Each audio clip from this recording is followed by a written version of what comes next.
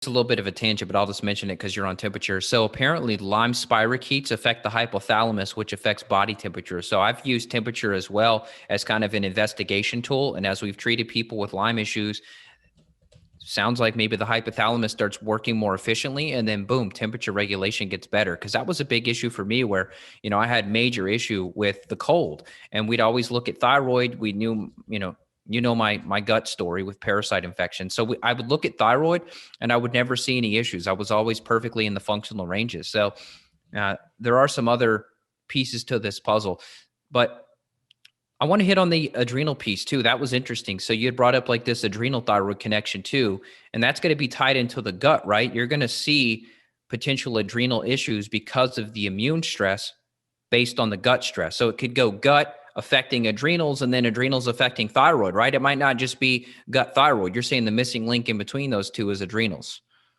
It can be because the adrenals are your natural anti-inflammatory. So if you have a lot of inflammation in the body from an infection, your adrenals are going to be spitting out cortisol, natural corticosteroids to help with that inflammation and stress.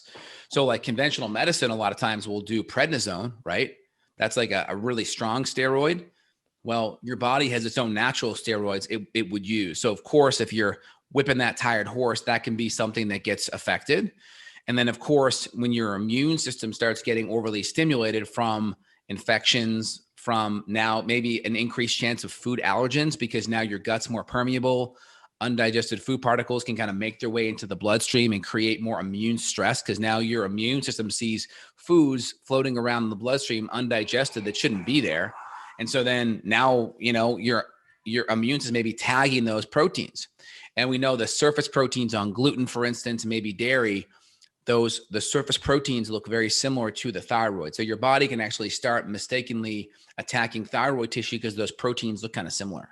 And I just want to clarify, this issue is going to be more common. It's going to happen more frequently when there are gut issues disrupting the immune regulation, correct? It's not like in Yes. every person, dairy is magically going to trigger thyroid antibodies. You're saying in these gut compromised people that may have infections because of the intestinal permeability being increased, now there's more antigen getting in to the bloodstream, and then boom.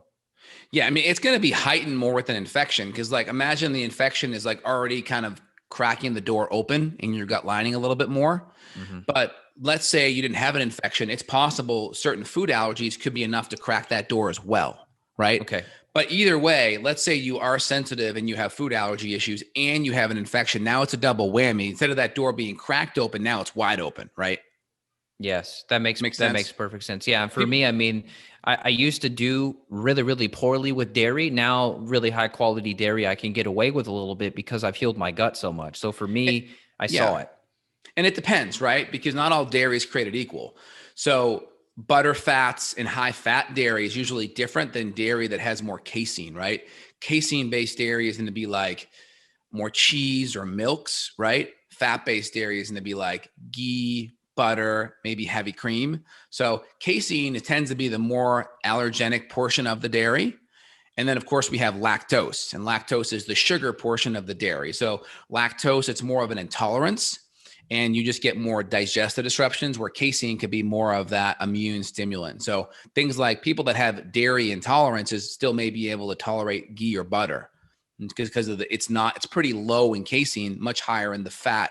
Fats tend to be more neutral for people, tend to be able to tolerate good fats, especially saturated fats, because they're not easily oxidized. Yes, yes. Well said.